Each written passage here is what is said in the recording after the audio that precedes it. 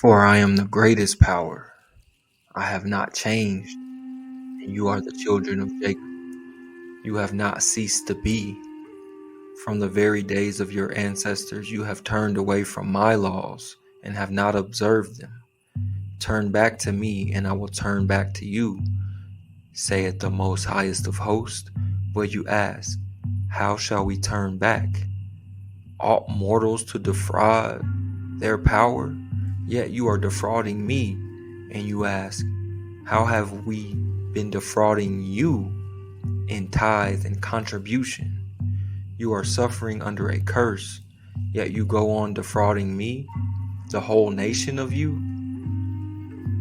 Bring the full tithe into the storehouse, and let there be food in my house, and thus put me to the test, saith the most highest of hosts. I will surely open the floodgates of the sky for you, and pour down blessings on you, and I will banish the locusts from you, so that they will not destroy the yield of your soil, and your vines in the field shall no longer miscarry, saith the most highest of hosts.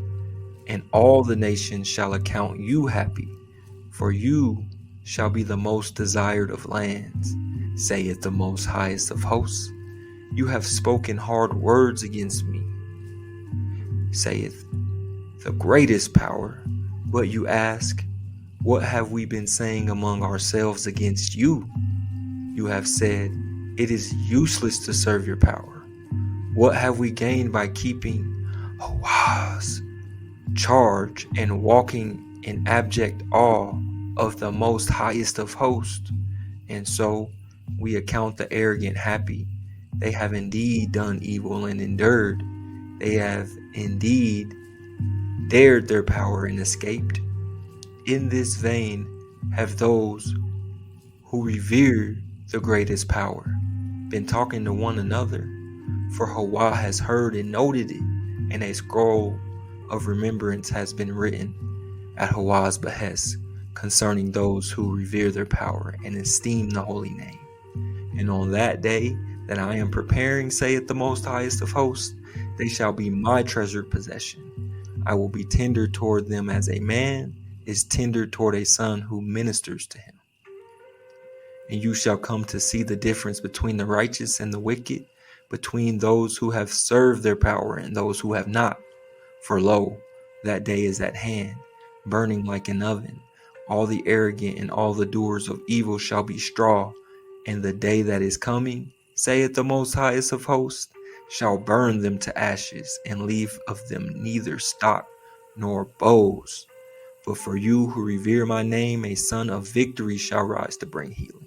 You shall go forth and stamp like stall-fed calves, and you shall trample the wicked to a pulp, for they shall be dust beneath your feet on the day that I am preparing, saith the most highest of hosts. Be mindful of the teaching of my servant Moshe, whom I charged at Horeb with laws and rules for Israel. Lo, I will send the prophet Elijah to you before the coming of the awesome, fearful day of the greatest power.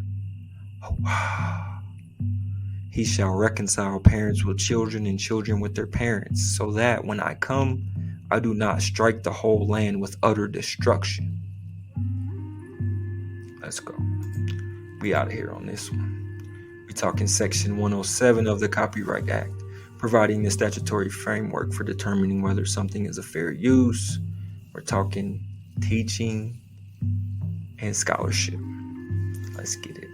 Episode number 41. Are you the one? Let's get it. Are we, are you, the dracons, the dragons found here in America? Let me know what you think. Leave a note in the comments. We out of here for this.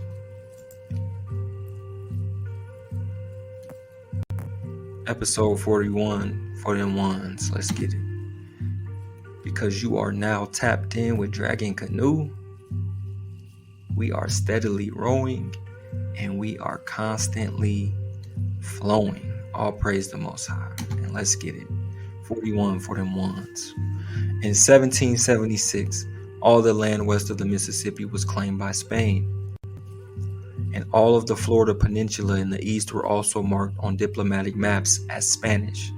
As a result of the Peace of Paris of 1783, almost 2/3 of the modern United States was recognized as part of the Spanish Empire. The King of Spain held title to most of the Americas, the Philippines, and a handful of possessions in Africa. But within a lifetime, dusk would come to this empire upon which many a proud Spaniard had effused. The sun never sets. Man, let's get it. The origins of the Spanish Empire in the Americas are rooted in medieval Europe. The Muslim army from North Africa crossed the narrow strait at the entrance to the Mediterranean and landed at Gibraltar, heralding the swift subjection of almost the whole Iberian Peninsula as a collection of caliphates and principalities that has become known as Moorish Spain. Let me know what you think. Leave a note in the comments. Caliphates and principalities that has become known as Moorish Spain.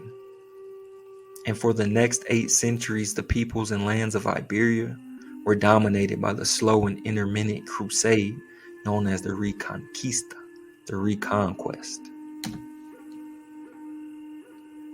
With little or no catechism, thousands of those neophyte conversos and moriscos soon became victims of the notorious Inquisition, which punished them for their ignorance of Christianity and presumed them to be heretics still practicing their ancestral faiths. In April 1492, as Isabella and Ferdinand relished victory at their camp outside Granada, at a place still called Santa Fe, aka Holy Faith, they gave an audience to Christopher Colombo. He was lured by the promise of finding a new route to the rich spice and silk markets, they say. In 1492, a combination of that deep-seated urge to constant colonial movement and the euphoria of victory on the battlefield at Grenada moved the Catholic monarchs to draw up a capitulation, a contract with Columbus. They appointed him Admiral of the Ocean Sea, granting him a lien of 10% on all trade carried on there, and providing him with the 3 ships he sailed to America that following fall. The following year of 1493, Columbus returned from the Americas with his sensational reports that he had reached Las Indias, the Indies, they say. As he described the lands he had visited, populated by people he called Indios or Indians, until his dying day he remained convinced he had found a route to Asia. Again, let me know what you think. Did Marco Polo find the Olmecs in Mexico? And did Christopher Columbus find the Indios in Las Indias? But others soon realized that he had, in fact, discovered the whole new world, they say. The Catholic monarchs were succeeded by their daughter, Juana la Loca, and her reign devolved to her son, Charles of Ghent, the first Habsburg ruler of Spain, who also inherited half the crowns of Europe. Known in Spain as Carlos I, but more widely as Charles V, because he was the 5th Holy Roman Emperor of that name, they say. He was probably the most powerful ruler the world has ever known. Who is Carlos Quinto? Let me know what you think. Leave a note in the comments. He was succeeded by his son Philip II, who brought both his intuitive gift for bureaucracy and his deep faith to the administration of the empire. Again, who is Carlos Quinto? Let me know. Holy Roman Emperor Charles V. I can't make this up. Leave a note in the comments. Let me know what you think. The 5th Holy Roman Emperor of the name Carlos I, aka Carlos Quinto.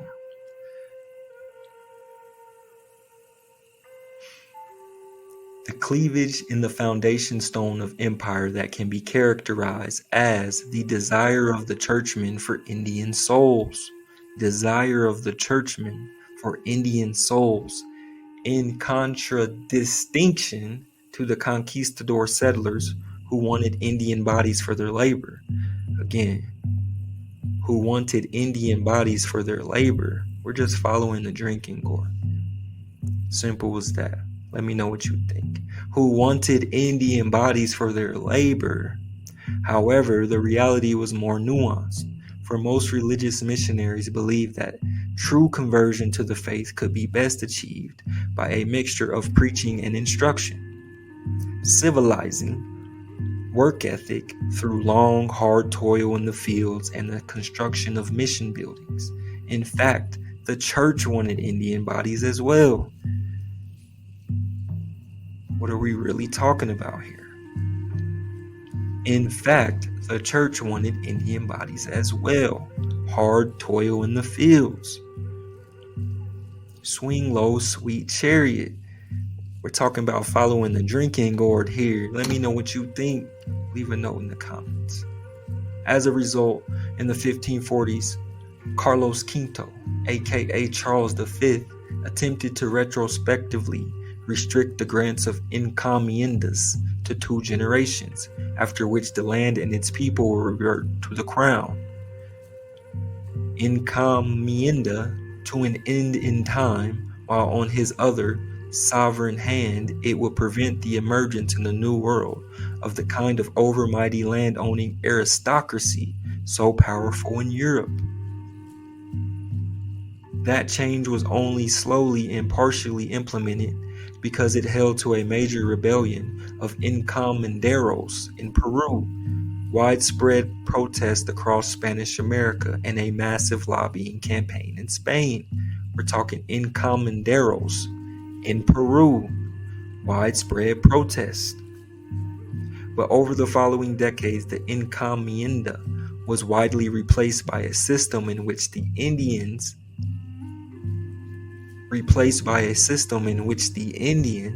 became directly subject to the crown.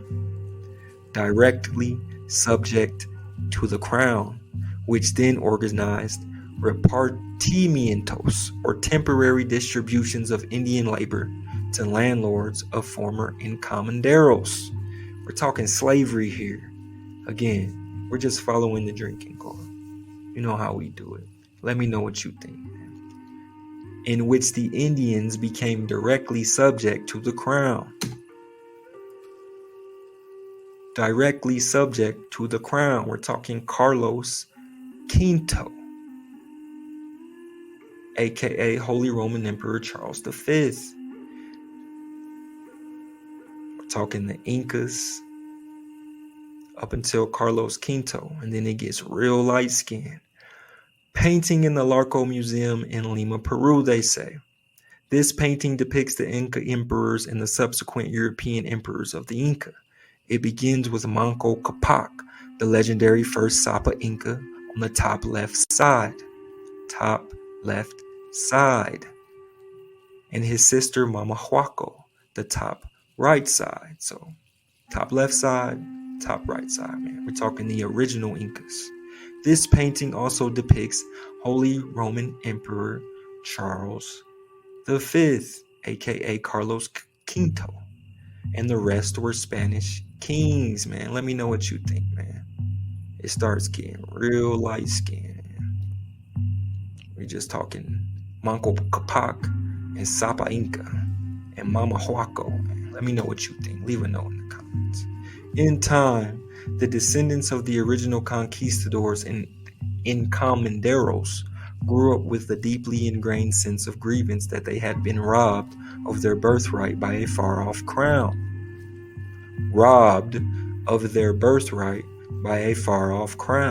Born and raised in the Indies, these criollos, or creoles as they became known, robbed of their birthright by a far-off crown. They had a strong, almost nationalistic pride in belonging to a regional culture that was both distinct from that of the other parts of the New World and also markedly different to that of Spain. In New Spain, criollos celebrated Mexico City as the economic heart of the global network of imperial trade, they say. Criollos, Creoles, as they became known. King Ferdinand only reigned in his own right in the crown of Aragon. So when Queen Isabella died in 1504, their daughter Juana la Loca succeeded to the more powerful throne of Castile, and so became titular ruler of the Spanish possessions in the Indies. He soon remarried, Ferdinand, to a much younger French bride, but they produced no issue to complicate the unified Spanish inheritance of the Catholic monarchs. Connect the dots. So, when Ferdinand himself died in 1560, he was succeeded by Juana's son, Charles of Ghent, heir to the great house of Habsburg, already Duke of Burgundy and Lord of the Low Countries. He then inherited Castile, the Indies, Aragon, Sicily, Sardinia, and Naples. Connect the dots here, man. We're just following the drinking gourd. Charles of Ghent, aka Holy Roman Emperor Charles V, aka Carlos V, already Duke of Burgundy and Lord of the Low Countries. He then inherited Castile, the Indies, Aragon, Sicily, Sardinia, and Naples. We're talking Catholic monarchs here. Isabella of Castile, unified Spanish crowns of Castile and Aragon, sponsoring Columbus's voyage of discovery. Ferdinand of Aragon, discovery of Florida. Charles of Ghent, aka Carlos I of Spain, and Holy Roman Emperor Charles V, saying ruler of most of Europe, taking credit for Cortez occupying Aztec Mexico and the first crossing of North America. He was also sovereign of Spanish America, and in that same momentous year of 1519, a renegade captain called Hernan Cortez absconded with an armada that had been assembled by the governor of Cuba and sailed for the unclaimed coast of Mexico. As Charles prepared to travel to Aix-la-Chapelle to be crowned King of the Romans as a prelude to his imperial coronation by the Pope, he received an astonishing gift from Cortez, the first treasure sent back to Europe from Aztec Mexico. The customs officers of the House of Trade at Seville documented a large gold disc with a design of a beast in its center. Documenting a large gold disc with a design of a beast in its center, and a large silver disc which weighed 48 silver marks, 2 necklaces of gold and precious stones, including 4 large carved gemstone figures encrusted with gold. Again, did the Templars find the cities of gold in Colorado? Man, you let me know what you think. Leave a note in the comments. We out of here. Saying Albrecht Dürer saw this treasure displayed in Brussels and wrote glowingly, "In all days of my life, I have seen nothing to take my heart rejoice, so much as these things, for I marveled at the subtle ingenuity of men in foreign lands. Indeed, I cannot express all I felt there." Again, we're just talking cities of gold here. Over the coming centuries, gold, silver, and trading wealth poured into Spain, making Charles and his descendants, if not the wealthiest,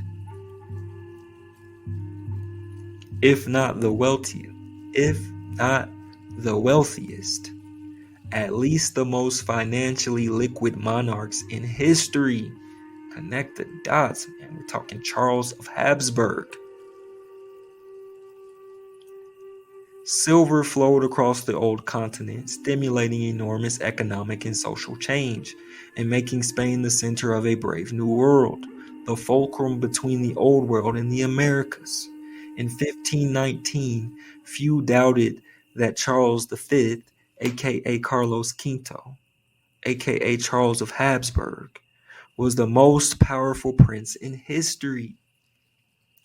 Come on, man. Let me know what you think, man. We're talking Emperor Carlos Quinto, Holy Roman Emperor Charles V. What's really going on here, man? Cortez had not only remitted his huge bribe to his sovereign, but as evidence of the civilization of the world he had stumbled upon, he had also sent to Spain a handful of Totonac noblemen from the coastal region around modern Veracruz as ambassadors from this land of gold. Come on, man. We're talking cities of gold.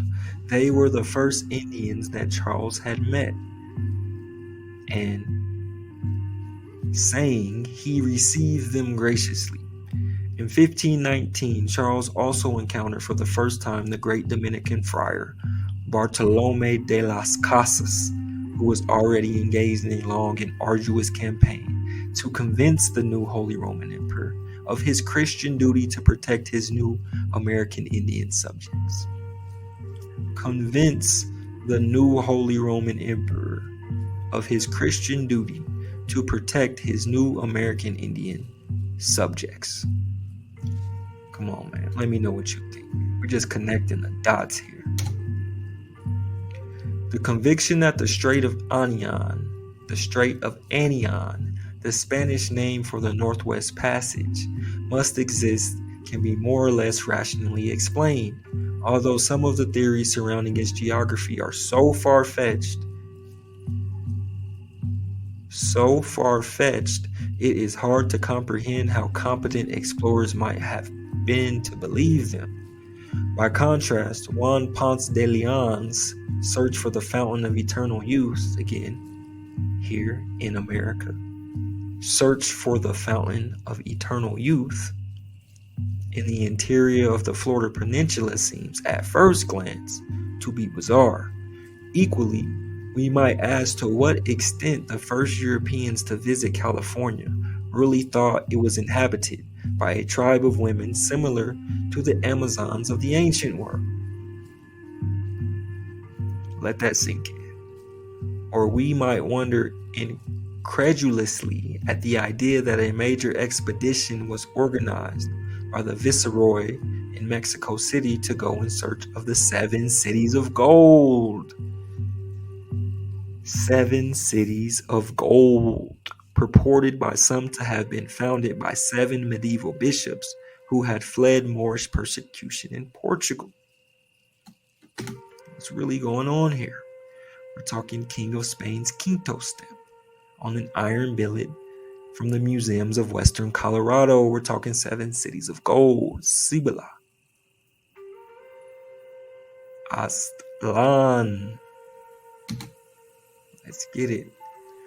Columbus, in his misguided determination to find a route to Asia, again, we're talking Carcatai, Prester John and the Black Catan. Somehow he lands in America, but he was on his way to Asia. Let me know what you think. Yet of almost equal importance is that by inadvertently discovering America in the process, they say, that in 1519 Hernan Cortez explored and conquered the Aztec Empire, which was richer in almost every way than the objects of even the conquistadors' most outlandish dreams. To some extent, these fantasies and fables may simply have been a way of addressing the difficulty of aiming at the unknown, at nothing, as it were, and the even greater difficulty of persuading others to join you in the endeavor. As he explored the coast from Yucatan north, Cortez and his men were so impressed by the city-states and agricultural polities they came across that he called one place Seville. He learned that he was at the edge of the Aztec Empire, dominated by the aristocratic Mexica and ruled by Emperor Montezuma. From the beautiful highland capital of Tenochtitlan, this world was as politically sophisticated and as fabulously wealthy as anywhere Columbus had dreamed of reaching in Asia, had dreamed of reaching in Asia. Talking car Catan, British black Catan. And as fabulously wealthy as anywhere Columbus had dreamed of reaching in Asia. But Cortez soon understood that many of the Aztec client states deeply resented their subjection to the Mexica. With breathtaking arrogance, he decided to seize this empire for himself and his buddy Charles V, or die in the attempt.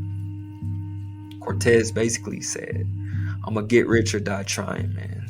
Let's get it, man. Episode 41, for them ones.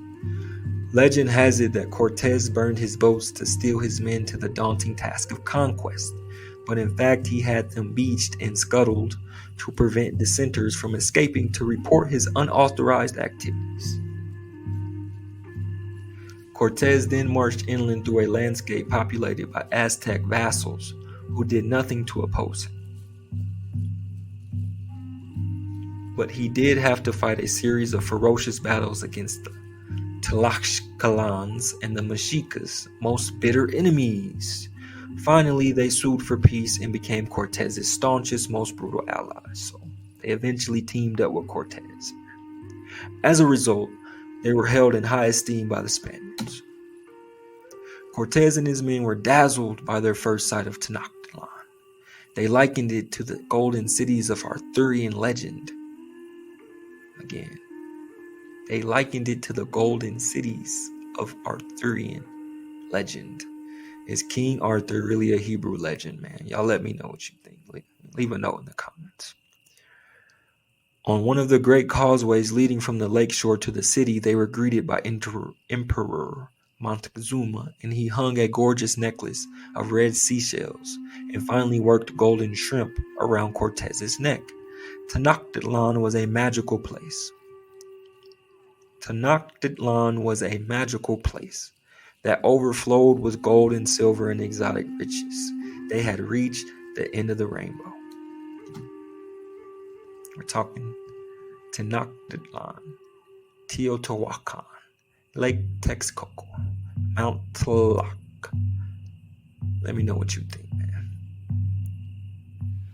Talking Levinson, man. De Marco Polo finally Olmecs in Mexico. Let me know what you think. We out of here. Mexico Tenochtitlan was destined for a brilliant future. Spanish America was governed from Santo Domingo, the capital of Hispaniola, where the crown had established the first audiencia in the New World. A magistrate judge of this audiencia of Santo Domingo, and was one of a handful of oligarchs who dominated the politics of Hispaniola. He had been farming and trading in the Caribbean for a quarter of a century and had made a fortune capturing Indians again. We're just following the drinking gourd here. You can't make this up. Made a fortune capturing Indians and selling them as slaves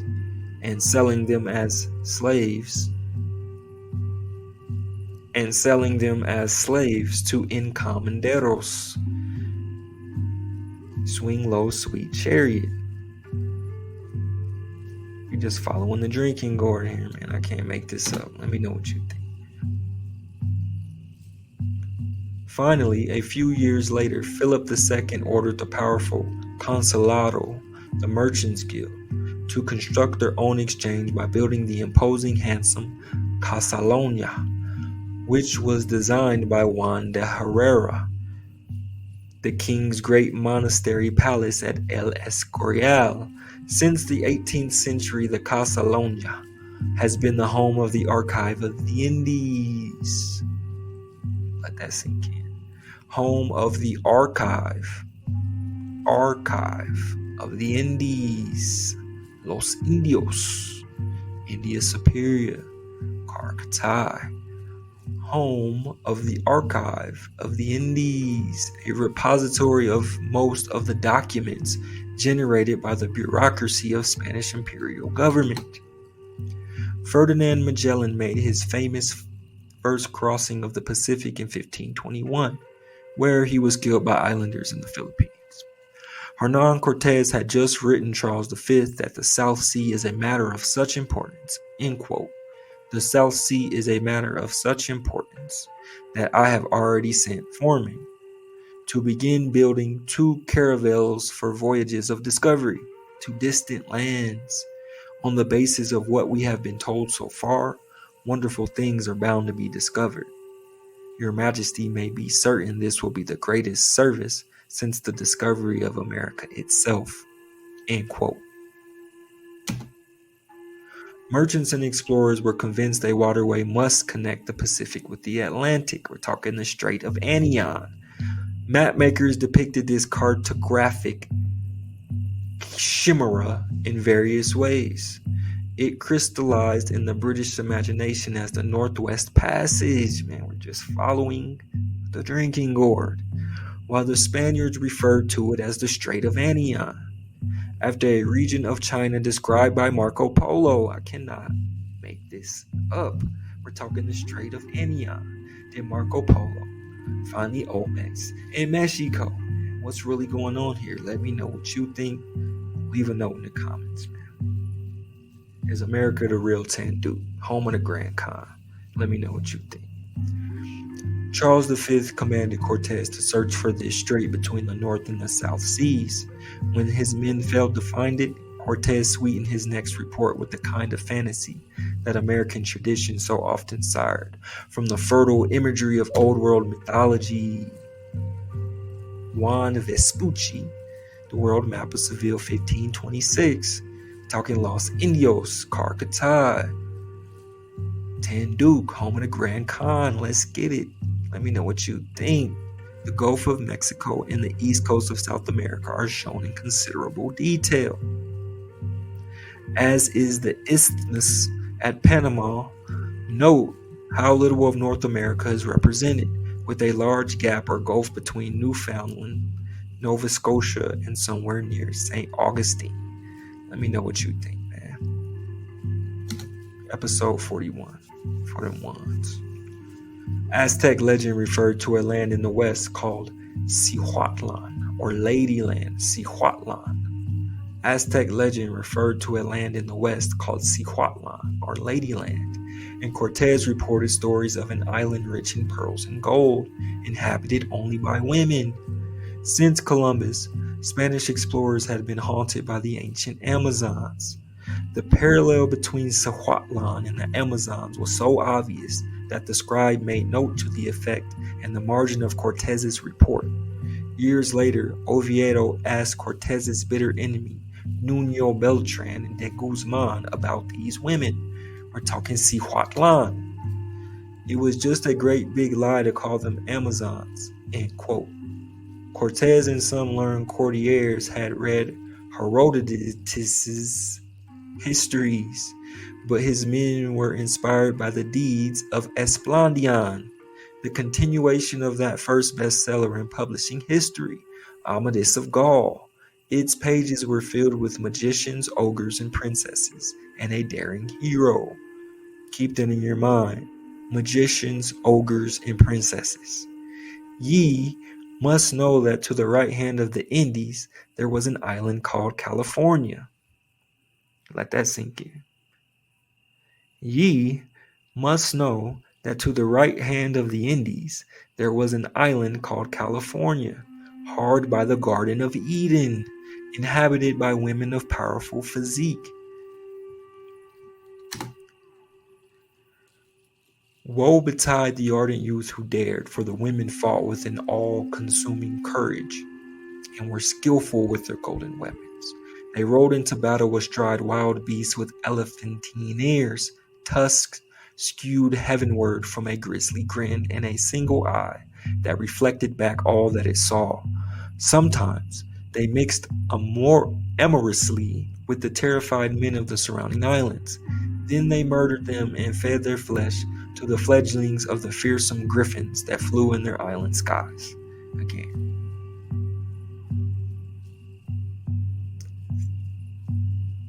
Fed their flesh to the fledglings of the fearsome griffins that flew in their island skies.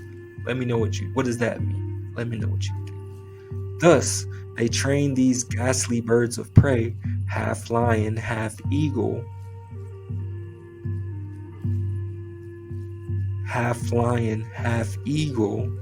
let that set in, to do their bidding and taught them a taste for human flesh.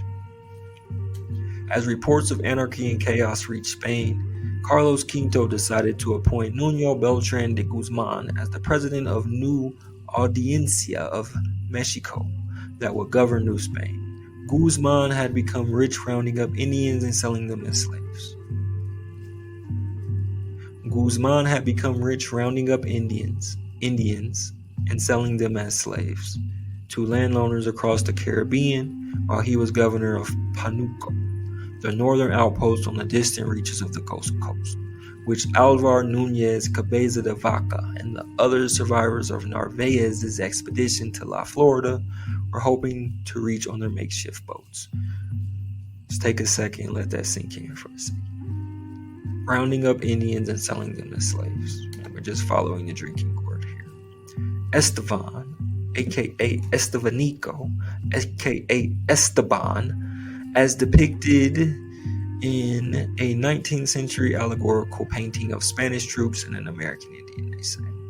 Talk Estevanico teamed up with the Spanish, Charles V and them. A sensational narrative of the four men's adventures was ostensibly written by Cabeza de Vaca. He had republished as shipwrecks and commentaries. In modern Argentina, it has been known as shipwrecks ever since. Although based on a version of the official testimony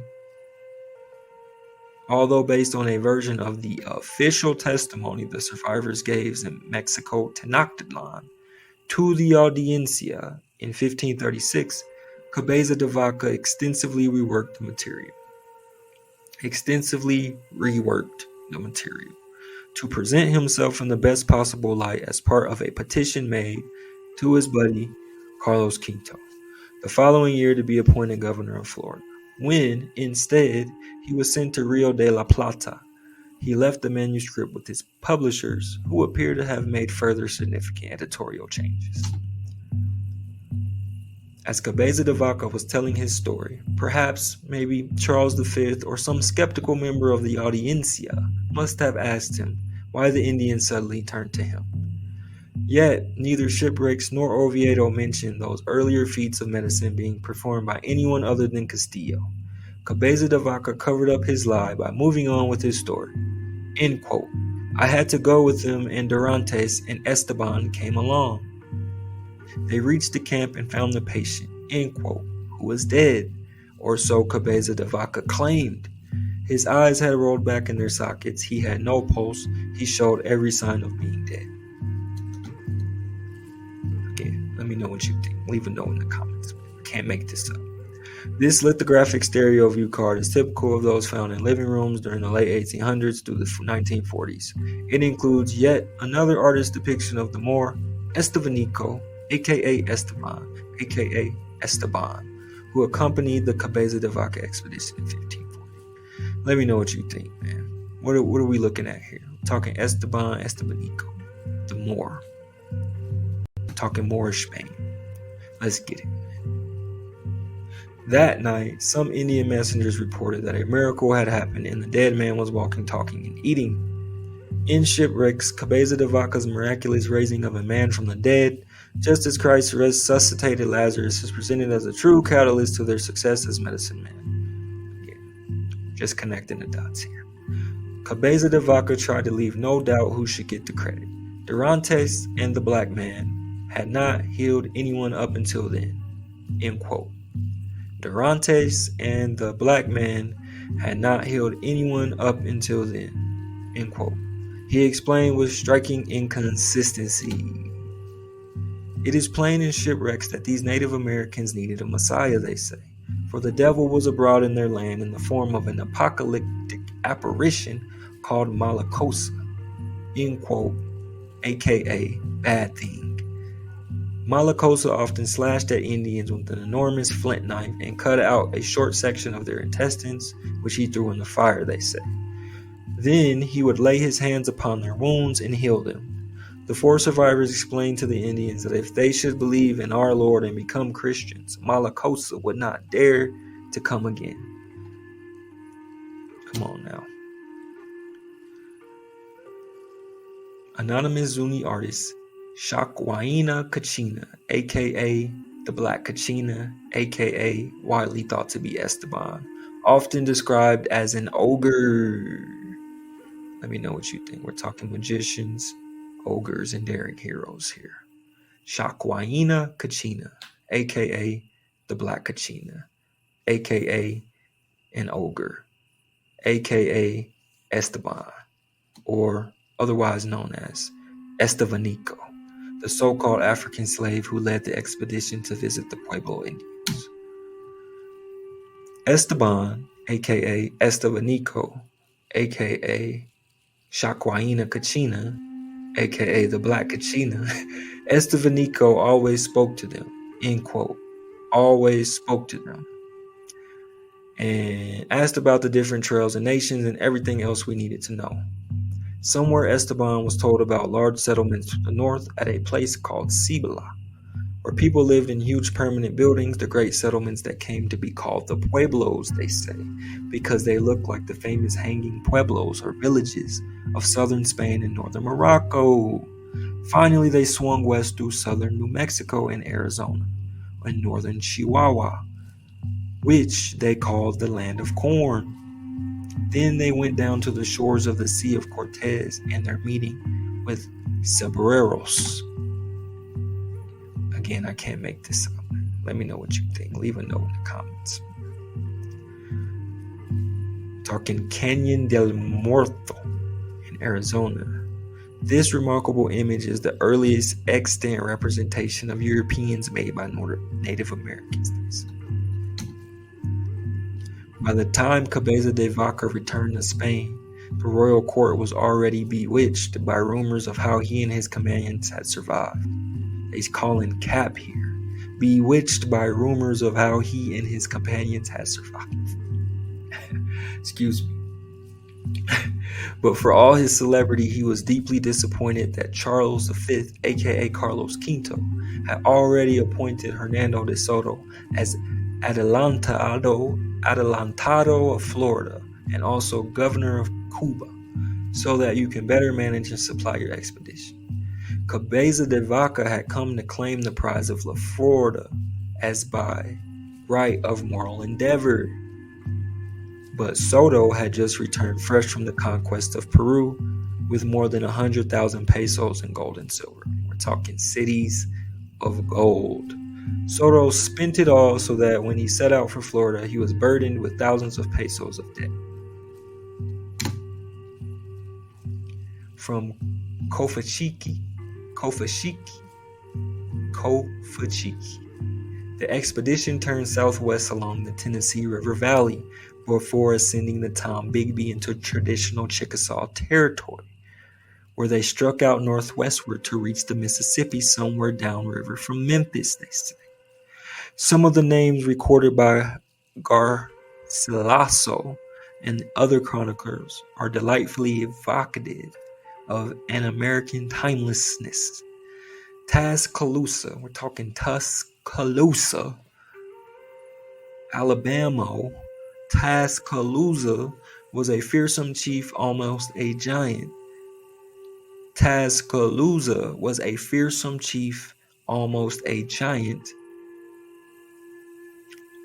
His son was killed in a thrilling set-piece battle at Mobile, man. You can't make this up. Mobile, in the Great Battle of Alabama.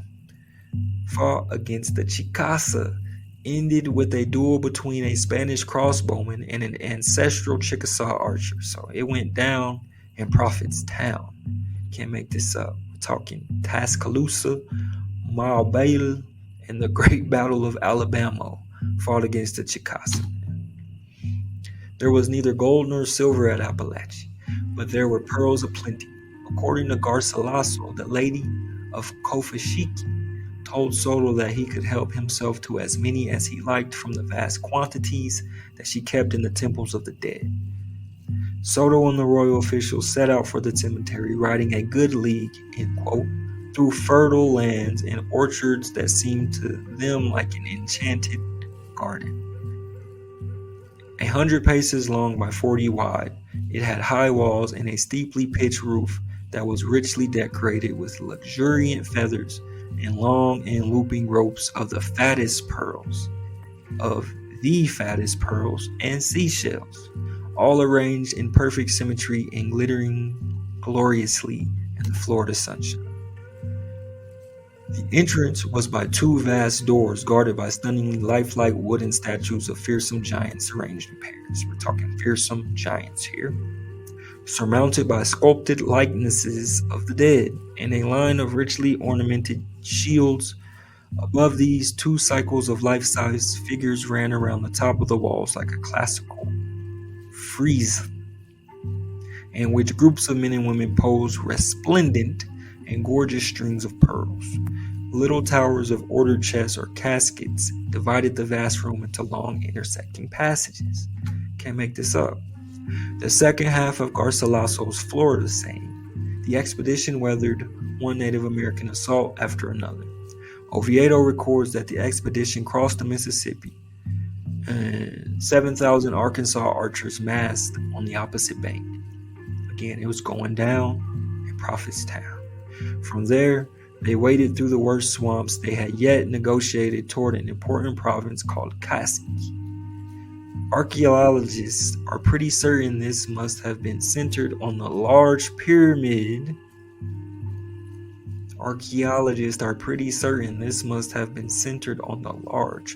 Pyramid-shaped mound in a plaza encompassed by a moat and palisade that have been excavated at Parkin, 30 miles west of Memphis. Man, let's get it, man. Episode number 41 for them ones, man. Let me know what you think, man. Leave a note in the comments, man. Who is Carlos Quinto? You let me know. We out of here for this one. Another one for the tribe. All praise the Most High.